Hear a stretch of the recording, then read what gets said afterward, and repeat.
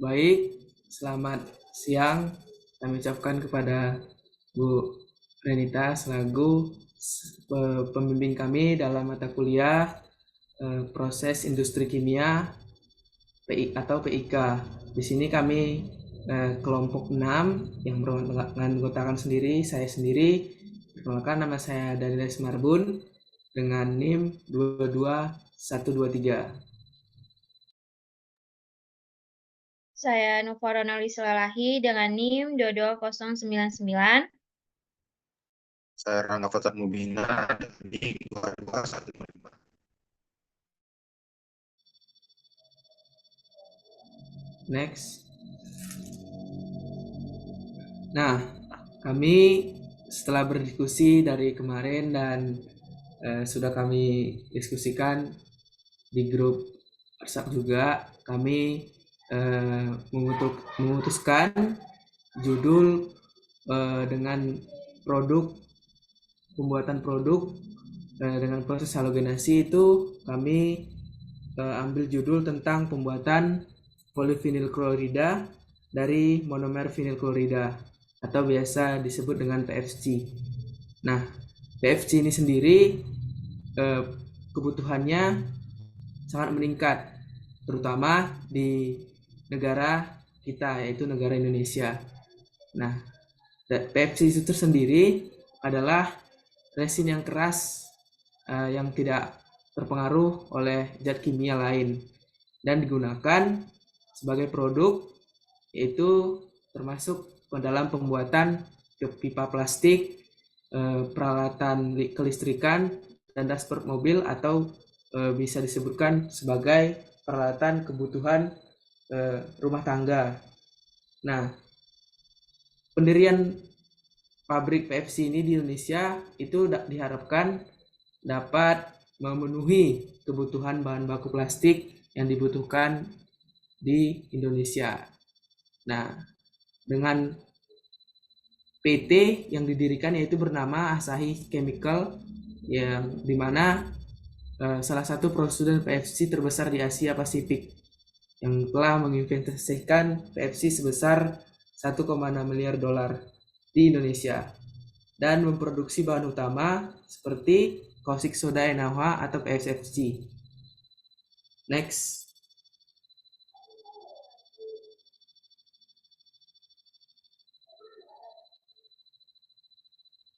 Oke, di sini saya akan melanjutkan presentasi dari teman saya, yaitu dari Marbun, di mana sudah kita ketahui bahwa PFC ini terbuat dari sampah plastik. Tentunya bisa mengurangi polusi sampah plastik juga. Lalu di sini saya juga akan membahas tentang pembahasan polimer, di mana polimer ini merupakan makromolekul yang terbentuk dari serangkaian molekul-molekul kecil yang berikatan satu sama lain yang disebut monomer. Nah, berdasarkan asalnya, polimer itu dapat diklasifikasikan menjadi dua jenis, yaitu yang pertama polimer alam, yaitu ada apati, selulosa, sutra, dan yang kedua itu ada polimer sintesis, polietilena, nilon, polivinil klorida, polikarbonat, polistirena, dan karet silikon. Lalu polimer ini juga dapat dibagi menjadi dua, yaitu polimer termoset dan polimer termoplastik, berdasarkan sifatnya ketika dipanaskan. Nah, polimer termoplastik ini merupakan polimer yang meleleh ketika dipanaskan dan dapat dibentuk menjadi pola yang kita inginkan.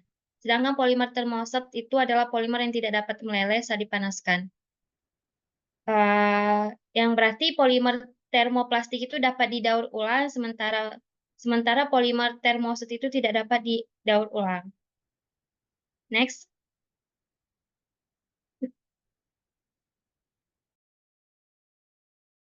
Oke, di sini masuk pembahasannya, di mana bahan utamanya itu adalah PVC. Di mana PVC ini atau polivinil klorida ini merupakan bahan termoplastik yang serbaguna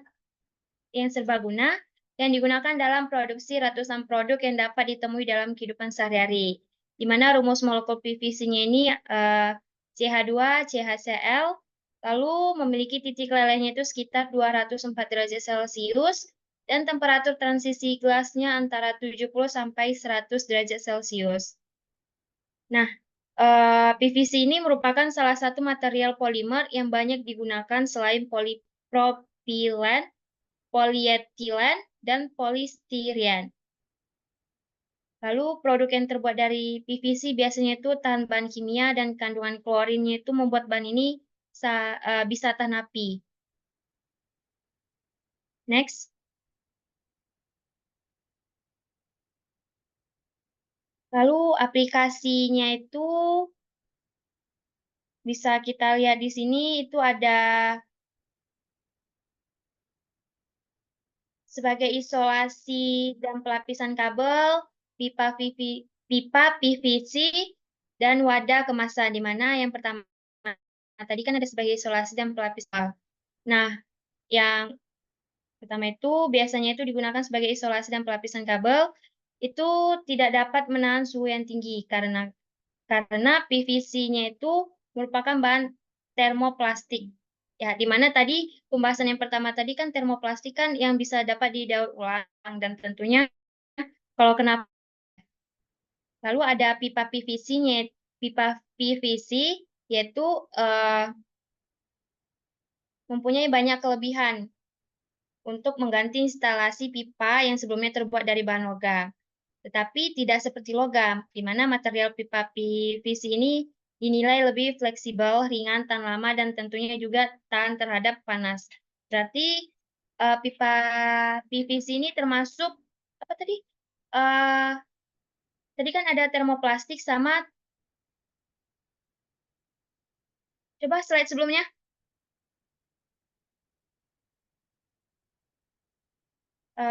Ini ada termoset. Nah, termoset ini yang bisa tahan panas. Tuh. Oke, lalu ada wadah kemasan, di mana wadah kemasannya ini bisa, plastiknya itu bisa pembungkus atau wrap plastik yang mempunyai daya rekat baik, kedap udara, serta elastis, lalu berbahan kaku dan lembaran sebagai kemasan buah-buahan, telur, dan kue, dan pembungkus lainnya. Lalu bisa juga wadah kemasan botol minum itu untuk wadah air, lalu untuk kosmetik, deterjen, yang memerlukan isolasi dan daya tahan. Oke, selanjutnya akan dijelaskan oleh teman saya.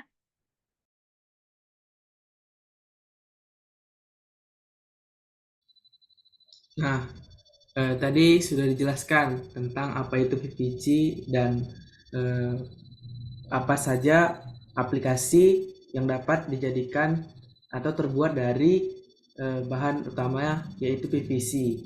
Nah, dari pembuatan bahan utama produk dari PVC ini itu ada bahan baku dan bahan pendukungnya.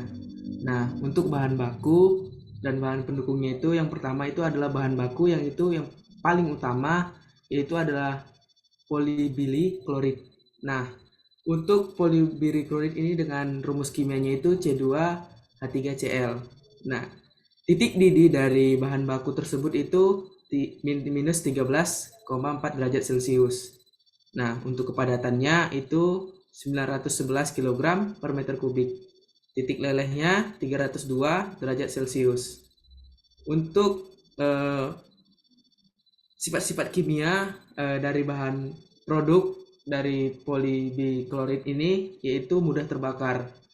Sama seperti tadi aplikasi, bahwasanya ada tentang polimer termoset yang bisa didaur ulang dan ditahan api, sama tentang polimer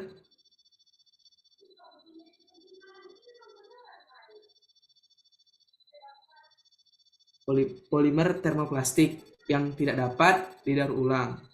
Nah, untuk sifat kimianya itu ada lagi yang dapat menyebabkan kerusakan genetik, berbahaya jika tertelan, dan dapat menyebabkan luka bakar pada kulit dan kerusakan mata yang parah. Itu pada saat proses pembuatan produk.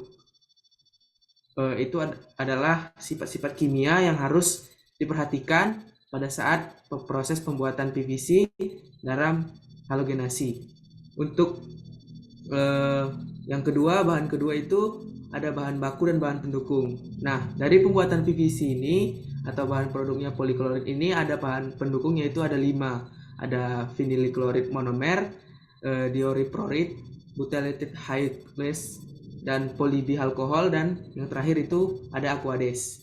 Untuk sifat-sifat kimia yang vinylchloride monomer ini yaitu dengan rumus kimia CHCl atau CH2 dengan titik didih minus 13,4 derajat Celcius, titik lebur minus 153,8 derajat Celcius, dan untuk sifat-sifat kimianya itu mudah terbakar juga, mudah bereaksi dengan besi dan baja dengan adanya uap air, dan dapat oksidasi dengan kuat, dapat berpolimerisasi dengan cepat karena pemanasan dan pengaruh udara.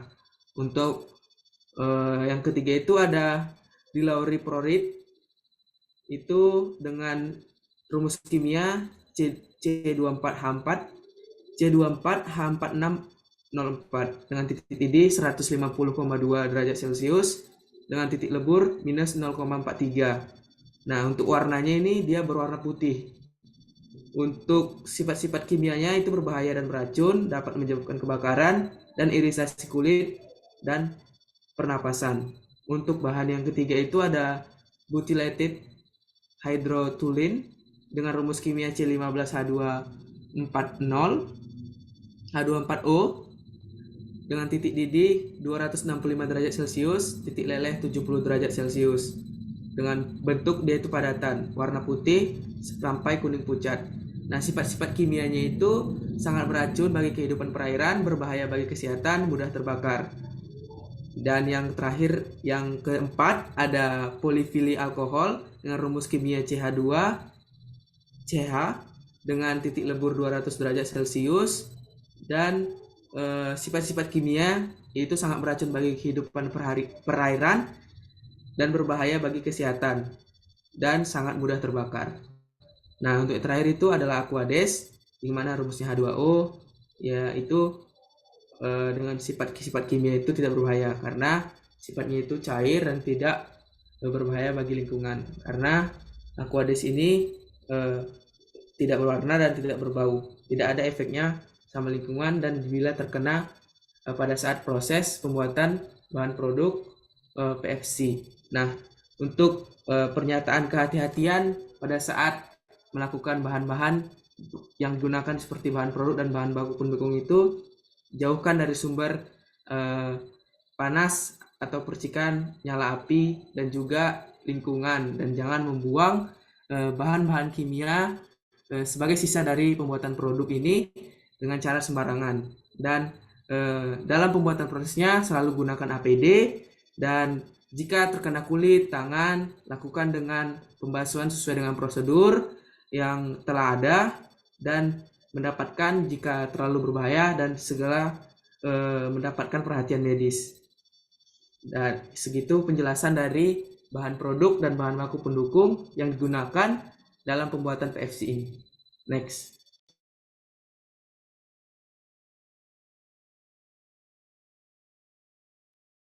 Baik, di sini terdapat uraian proses yang dimana proses produksi PVC ini menggunakan beberapa bahan selain bahan baku, yakni VCM atau monomer vinyl klorida. Bahan-bahan tersebut adalah sebagai inisiator, suspending agent, air, dan terminator. Untuk proses pembuatan PVC terdapat beberapa tahap yang harus dilewati, yaitu persiapan bahan baku, polimerisasi, pemisahan, dan pengeringan. Mungkin di persiapan bahan baku ini dapat dilakukan melalui persiapan bahan mentah yang merupakan tahapan penyimpanan dari yang dimana monomer vinyl klorida dialirkan melalui pipa kecil menuju spherical tank untuk simpan. Dan bahan lainnya seperti air, gelaroid, peroksid, butalid hidroksitolon, dan polivinil alkohol juga disimpan di dalam tangki penyimpanan. Nah, lalu semua bahan baku tersebut disimpan pada suhu lingkungan, yakni 30 derajat Celcius dengan tekanan 1 atm. Khusus untuk tangki penyimpanan monomer vinyl klorida, tekanan itu mencapai 5 atm pada suhu 30 derajat Celcius. Sebelum masuk ke dalam reaktor, bahan baku selain monomer vinyl klorida dimasukkan ke dalam mixer untuk dilarutkan. Kemudian dicampurkan dengan bahan baku yang dialirkan menuju reaktor untuk selanjutnya dipolimerisasi. Di polimerisasi ini, reaktor mengaduk bahan-bahan baku seperti monomer vinyl klorida, polivinyl alkohol, butan hidroksinolon, dilaroi peroksida dan air atau aqueous direaksikan. Pengaduk yang ada dalam tangki reaktor berfungsi untuk mencampurkan bahan-bahan tersebut agar jadi homogen.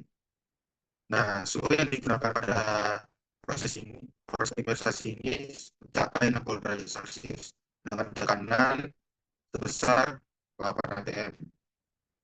Proses pengadukan dilakukan selama 4,5 jam.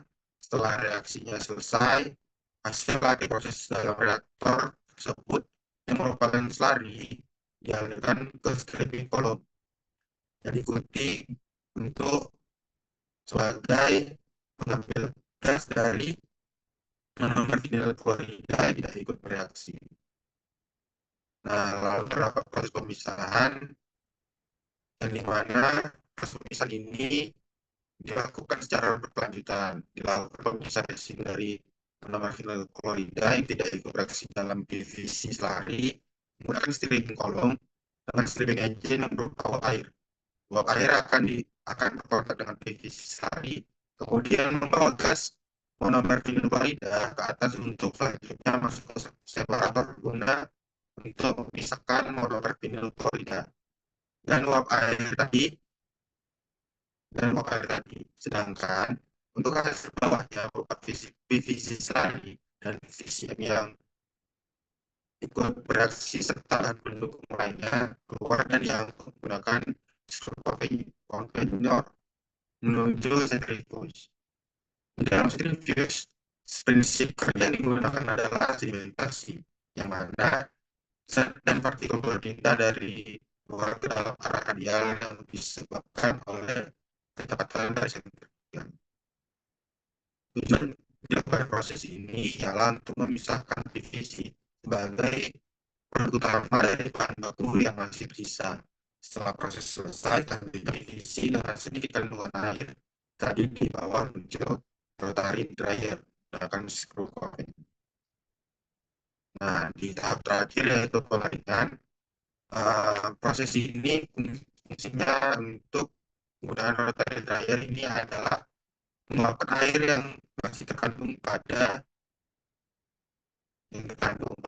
PVC yang telah berubah menjadi bubuk beserta udara panas disimpan di dalam silo. Kemudian uap air akan disalurkan ke lingkungan. Nah, beberapa alat-alat proses yang digunakan pada membuat PVC ini adalah ada reaktor yang sebagai tempat terjadinya reaksi polimerisasi. Lalu ada stripping kolom yang fungsinya untuk menyerap air. Lalu ada juga separator yang untuk memisahkan N2H3Cl dan juga air. Lalu selanjutnya ada centrifuge yang untuk memisahkan slurry PVC dengan